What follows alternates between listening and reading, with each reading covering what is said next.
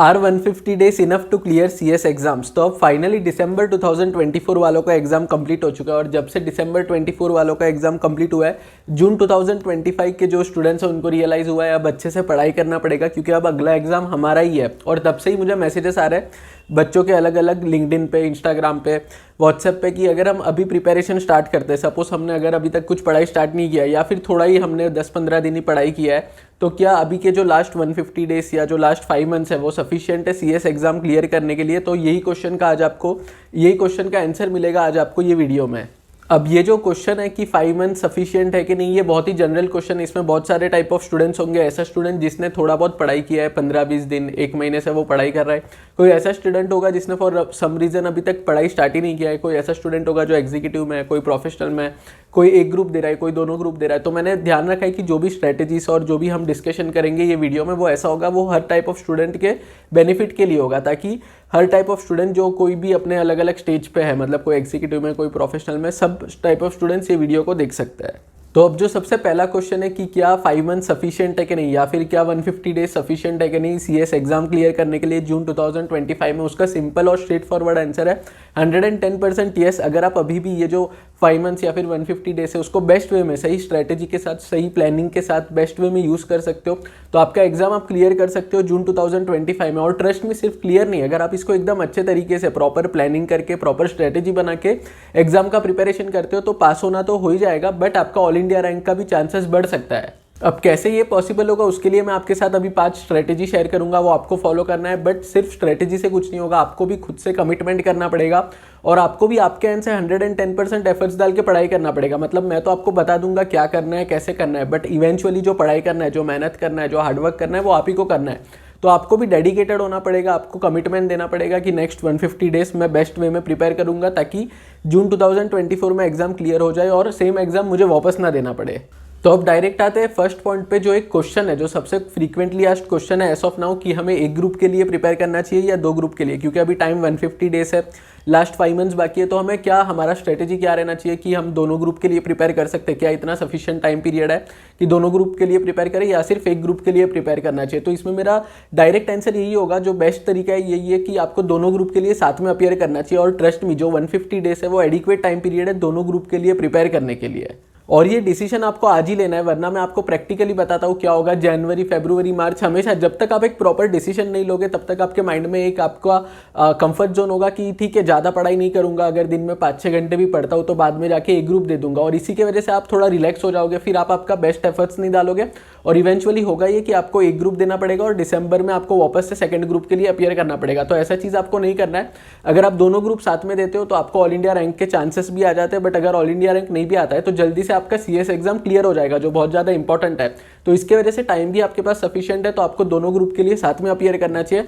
और आज ही आपको डिसीजन लेना है और आपको कमिटमेंट करना है खुद से कि मैं अभी एक बार डिसीजन ले रहा हूँ कि दोनों ग्रुप के लिए साथ में अपीयर करूंगा, उसको बार बार मैं क्वेश्चन नहीं करूंगा। और यही आपका कमिटमेंट, आपका प्रॉमिस मुझे नीचे कमेंट सेक्शन में चाहिए कि आप दोनों ग्रुप के लिए अपीयर करोगे जून 2025 में, क्योंकि जब आप कमेंट करोगे तब आप एक डिसीजन लोगे और वही डिसीजन के ऊपर आप फिर एक्ट करोगे। अगर आपको लगता है कि 5 मंथ्स कम है तो मैं आपको मेरा खुद का एक्सपीरियंस शेयर करता हूँ। जब मैंने CS प्रोफेशनल के लिए अपीयर किया था, जिसमें मुझे ऑल इंडिया रैंक आया था, तब मैंने जून में पढ़ाई स्टार्ट की थी।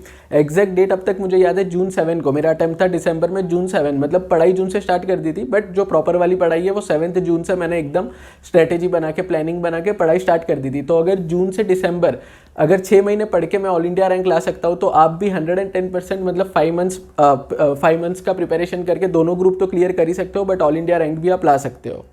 जो सेकंड पॉइंट है वो ये है कि आपको फोकस करना चाहिए, आपका स्ट्रेटेजी ये रहना चाहिए कि जो आपका लेक्चर्स है और सेल्फ स्टडी है वो मार्च एंड तक, 31 मार्च 2025 तक वो कंप्लीट हो जाना चाहिए। क्योंकि देखो, लेक्चर्स देखना काफ़ी ईजी है, लैपटॉप के सामने, मोबाइल के सामने, कंप्यूटर के सामने बैठ के लेक्चर्स देखना ईजी है, बट जब आप प्रैक्टिकली पढ़ाई करते हो, उसको याद करना वो थोड़ा चैलेंजिंग होता है। और याद करने से भी ज़्यादा, मतलब आपने एक बार सेल्फ स्टडी कर लिया, उससे भी ज़्यादा चैलेंजिंग होता है उसको आपको रिकॉल करना, मतलब जब आप रिवाइज कर रहे हो तब आपको वो सारी चीज़ें याद आनी चाहिए, ताकि आपके पास एडिक्वेट टाइम पीरियड और रिवीजन के लिए। तो इन शॉर्ट आपको टारगेट ये रखना है कि मार्च 31 2025 तक आपका पूरा जो लेक्चर्स है और सेल्फ स्टडी है वो कंप्लीट हो जाए। जब आप टारगेट रखोगे मार्च 31 2025 का, तब जाके आपका अप्रैल 10 या अप्रैल 15 तक कंप्लीट होगा। इसीलिए आपको अभी टारगेट रखना है मार्च 31 का, ताकि आप वही हिसाब से मेहनत करो। बट अगर 10-15 दिन ऊपर नीचे हो भी जाता है तो भी ठीक है, मैक्सिमम आपको अप्रैल 15 तक आपका जो सेल्फ स्टडी है और लेक्चर्स है वो कंप्लीट करना है, और बाकी का जो लास्ट 45 डेज है वो आपको कंप्लीटली रिवीजन के लिए रिजर्व रखना है। थर्ड इंपॉर्टेंट पॉइंट है बी कंसिस्टेंट। अब ये बहुत ज़्यादा इंपॉर्टेंट है क्योंकि लास्ट 150 डेज बचा है और सीएस का सिलेबस काफ़ी वास्ट होता है, तो आपको अभी से ही कंसिस्टेंट रहना है। मैं हमेशा बोलता हूँ जो सीएस का फुल फॉर्म है वो कंपनी सेक्रेटरी है, वो उनके लिए जो ऑलरेडी सीएस बन चुका है, बट जो स्टूडेंट है उसके लिए सीएस का फुल फॉर्म है सी से कंसिस्टेंसी एंड कमिटमेंट और एस से सेक्रीफाइस। तो आपको यहाँ पे कंसिस्टेंटली पढ़ाई करना है over the period of next 150 days. ऐसा नहीं बोल रहा हूँ कि कहीं पे बाहर घूमने मत जाओ, बट अगर आप कहीं पे जा रहे हो, आपका फ्रेंड बोलेगा नाइट आउट करते हैं, आपके रिलेटिव का शादी आ जाएगा, कोई फ्रेंड का बर्थडे आ जाएगा, तो अगर आप कहीं पे जा रहे हो तो ऐसा नहीं होना चाहिए कि 4 दिन पढ़ाई की, 3 दिन आपने ब्रेक ले लिया, 1 हफ्ता पढ़ाई की, 1 हफ्ता पढ़ाई नहीं हो रही है, फिर वापस से 10 दिन पढ़ाई किया, फिर 2-4 दिन आपकी पढ़ाई नहीं हो रही है। ऐसा नहीं होना चाहिए। आप बाहर जा रहे हो तो 4-5 घंटे या फिर 6-7 घंटे जो भी आपका टाइम पीरियड है कोई भी इवेंट अटेंड करने का, वो आपका जैसे ही हो जाए अगले दिन आपको वापस से पढ़ाई के ऊपर फोकस करना है। बेसिकली कंसिस्टेंटली आपको इंश्योर करना है कि हर एक दिन आप बेस्ट वे में यूज़ कर रहे हो। अब जो फोर्थ इंपॉर्टेंट पॉइंट है वो है स्टडी प्लान। अब बहुत ज़्यादा इंपॉर्टेंट है कि लास्ट 150 डेज है तो आपको पता होना चाहिए कि कैसे ये जो 150 डेज है उसको कैसे बेस्ट वे में यूज़ करना है, कौन सी चीज़ें फॉलो करनी है, नेक्स्ट स्टेप आपका क्या होना चाहिए। जैसे आप पहले पढ़ाई करोगे उसके बाद रिवीजन करोगे, वैसे आपके पास अगर एक प्लान होगा तो आपको पता होगा कि मेरा नेक्स्ट स्टेप क्या है। और स्टडी प्लान अगर आपके पास होता है तो ज़्यादा इफेक्टिवली आप प्रिपरेशन कर सकते हो और ज़्यादा इफेक्टिवली आप प्लान कर सकते हो चीज़ें एडवांस में, ताकि आपको पता चल जाए कि कैसे कौन सी चीज़ें आपको करनी है आपका एग्जाम क्लियर करने के लिए। जिसका भी एग्जाम अभी दिसंबर 2024 में था उनके लिए मैंने ये वाला स्टडी प्लान का वीडियो अपलोड किया था। सिमिलरली अगर आप चाहते हो कि मैं जून 2025 वालों के लिए एक सेपरेट डेडिकेटेड स्टडी प्लान का वीडियो अपलोड करूँ, लास्ट 5 मंथ्स का जो स्टडी प्लान है वो, तो मेरे को नीचे कमेंट सेक्शन में बताओ। अगर आप में से बहुत सारे लोगों का रिक्वेस्ट होगा तो मैं एक अलग डेडिकेटेड वीडियो अपलोड कर दूंगा।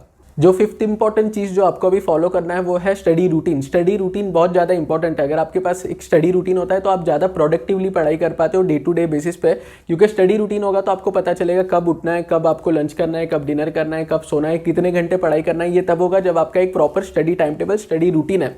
स्टडी रूटीन नहीं होगा तो क्या होगा, आप इंस्टाग्राम ओपन करोगे ये सोच के कि ठीक है थोड़ा टाइम देख लेता हूँ 5-10 मिनट, बट आप आधा घंटा 1 घंटा रील स्क्रॉल करोगे। ये एक एग्जांपल दे रहा हूँ और आपको पता भी नहीं चलेगा कि आपका कितना टाइम निकल गया। बट अगर आपके पास एक स्टडी टाइम टेबल है, स्टडी रूटीन है, तो आप उसके हिसाब से चलोगे, ज़्यादा प्रोडक्टिवली पढ़ाई कर पाओगे। जिसका भी एग्जाम दिसंबर 24 में था उनके लिए मैंने ये वाला स्टडी रूटीन का वीडियो अपलोड किया था, बट इसमें जो स्टडी आवर्स है वो काफ़ी ज़्यादा है क्योंकि उनका एग्जाम्स तब करीब था, इसके वजह से। बट आपको अभी अगर आप 9 to 10 आवर्स भी पढ़ते हो consistently for the next 2 to 3 months at least, क्योंकि जैसे बाद में जब एग्जाम्स नजदीक आएगा तब आपको ज़्यादा पढ़ना पड़ेगा, बट अभी 2-3 महीना एटलीस्ट अगर आप 9 से 10 घंटे भी पढ़ते हो तो वो सफिशियंट होना चाहिए। बट आपको कंसिस्टेंटली 9 से 10 घंटे पढ़ना है। तो अगर आप चाहते हो कि एक अलग डेडिकेटेड स्टडी रूटीन वाला वीडियो अपलोड करूँ जून 2025 वालों के लिए, तो मेरे को नीचे कमेंट सेक्शन में बताओ। बहुत लोगों का वो भी रिक्वेस्ट होगा, तो स्टडी प्लान और स्टडी रूटीन के दोनों में एक डेडिकेटेड वीडियो अपलोड कर दूंगा। तो फ्रेंड्स ये था स्ट्रेटेजीज जो आपको फॉलो करना है for the period of next 5 months. और ट्रस्ट मी, अगर आप आज भी स्टार्ट कर रहे हो ये वीडियो देखने के बाद, तो आप आज भी अगर स्टार्ट करते हो तो आपके पास एडिक्वेट टाइम पीरियड है कि अच्छे से प्रिपेयर करके दोनों ग्रुप्स आप क्लियर कर सको। और जिसका एक ग्रुप है उसको तो टेंशन ही नहीं है, उसको सिर्फ एक ग्रुप का प्रिपरेशन करना है। अगर आपको आज का वीडियो अच्छा लगा है तो वीडियो को लाइक कर देना और thank you very much for watching.